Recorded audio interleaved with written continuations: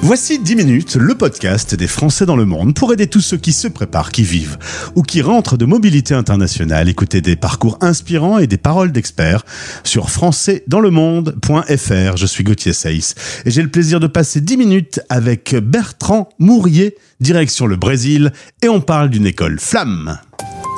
10 minutes, le podcast des Français dans le monde. françaisdanslemonde.fr. Je vous emmène dans le sud-est, dans les terres. On est à 500 km de Rio et de Sao Paulo. On est du côté où il y a les mines, parce que il y a beaucoup d'extraction d'or, de fer, et même de lithium aujourd'hui.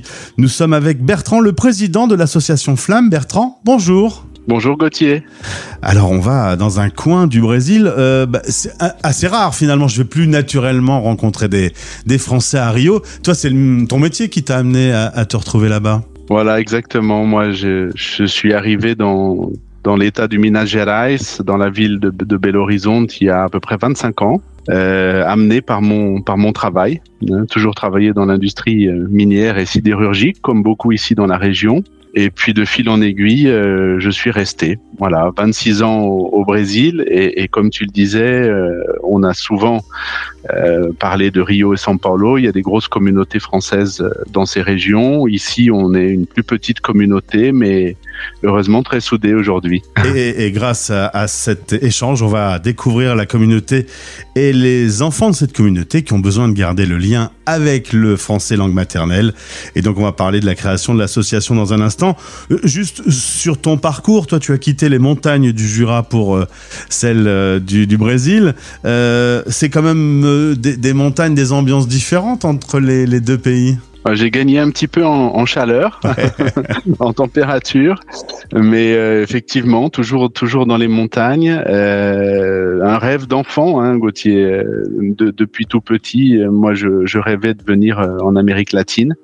Et puis, il y a un moment où on se dit, voilà, je vais tout faire pour que ça arrive. Donc, pour moi, à partir de l'école, c'était mon objectif de venir dans un pays d'Amérique latine. J'ai d'abord étudié en Argentine, en échange.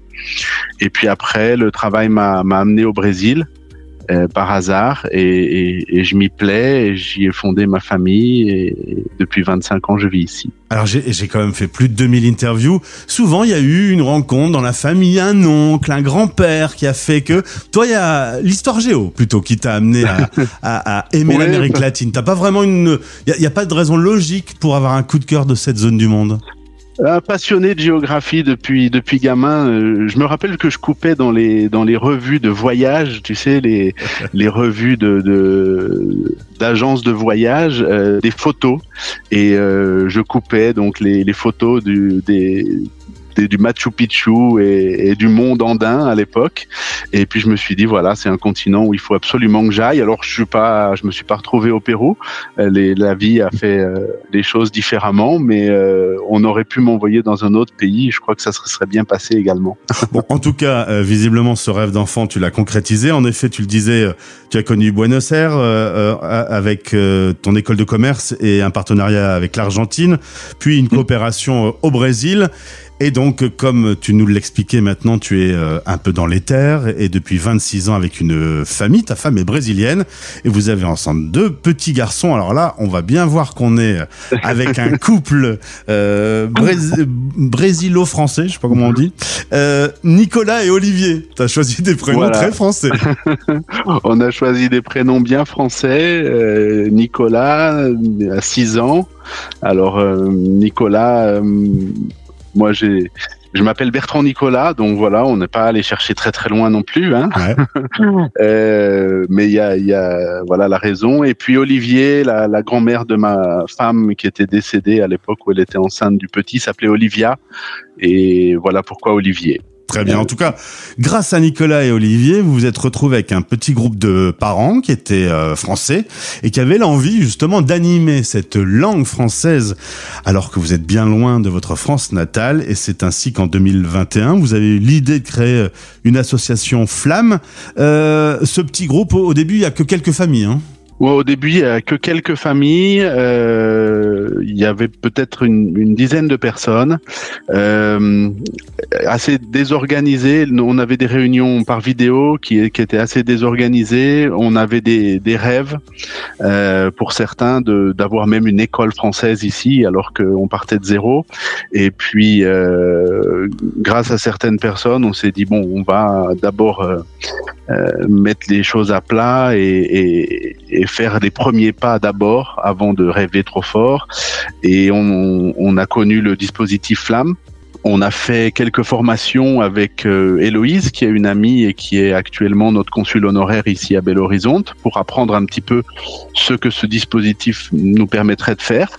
Et puis on s'est réunis fin 2021, début 2022, vraiment avec l'objectif de créer l'association et de déposer les dossiers qui vont bien. Alors, voilà. Les associations au Brésil, c'est pas comme en France. Il n'y a pas cette loi 1901, il n'y a pas cette souplesse, cette facilité. Vous êtes quasiment une entreprise, donc il y a quand même un petit peu de travail, on va dire, administratif pour la création.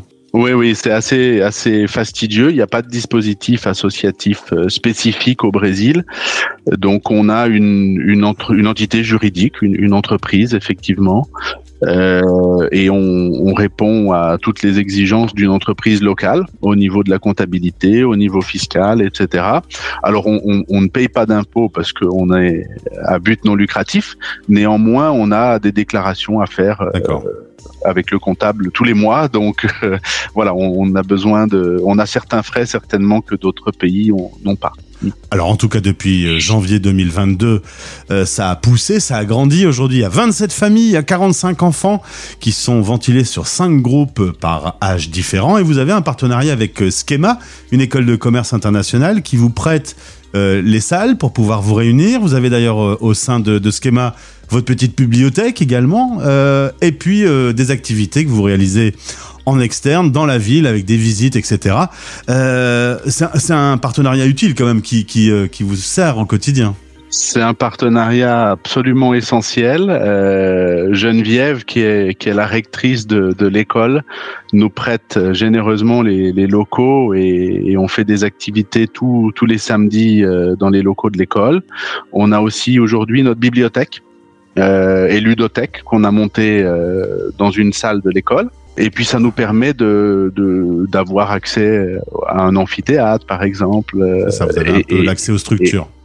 Voilà, donc on n'a pas de locaux en propre, on a une adresse virtuelle pour des questions administratives, on utilise beaucoup les locaux de Schema et comme tu le disais, on a des événements qui sont organisés après en externe, surtout pour les dates commémoratives. Donc quand on fait la galette des rois ou la fête de Noël ou Pâques, on se réunit dans des endroits qu'on choisit ensemble.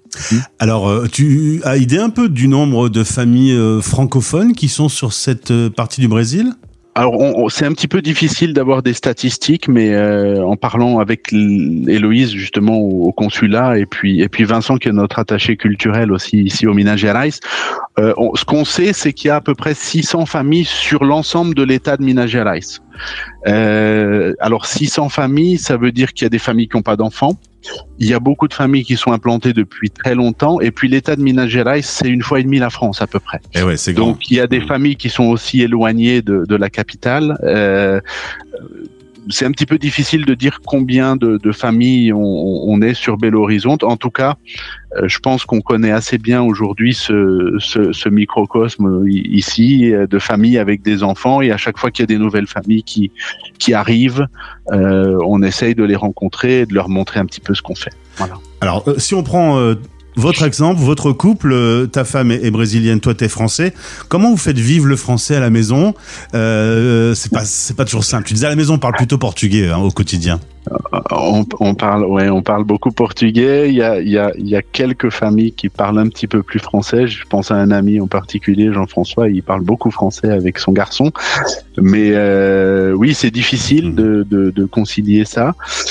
C'est des efforts au jour le jour. C'est des efforts vraiment de se discipliner et de se dire voilà, j'essaye de parler avec les enfants le maximum, de leur faire comprendre d'abord des phrases simples et puis petit à petit en rencontrant les amis, entre autres les samedis, eh bien, ils vont faire des progrès et puis ils vont développer un petit peu ces connaissances. Alors, on est assez content quand même parce qu'en 2 ans, on se rend compte qu'il y a des enfants qui ne parlaient absolument pas, qui avaient vraiment juste quelques mots et qui aujourd'hui commencent à développer des relations avec d'autres enfants et puis commencent à faire des phrases en français. Donc ça fait plaisir. Je suis certain qu'un certain nombre de parents auditeurs qui ont très envie d'avoir une structure Flamme vont être inspirés par cette interview, d'autant qu'il y a l'association Flamme Monde aujourd'hui, la fédération, qui peut vous accompagner et vous aider à structurer, parce que c'est vrai, tu le disais, c'est quand même du travail de trouver la bonne législation, de faire toutes les démarches. Donc il y a maintenant la fédération qui peut vous accompagner et tu fais vivre la langue française au bout du monde sur cette Amérique latine dont tu rêvais petit. Ouais, chose faite aujourd'hui. Chose faite, oui. Ouais, l'association Flamme Monde, ça nous a aidés et j'espère que ça aidera d'autres endroits et d'autres parents.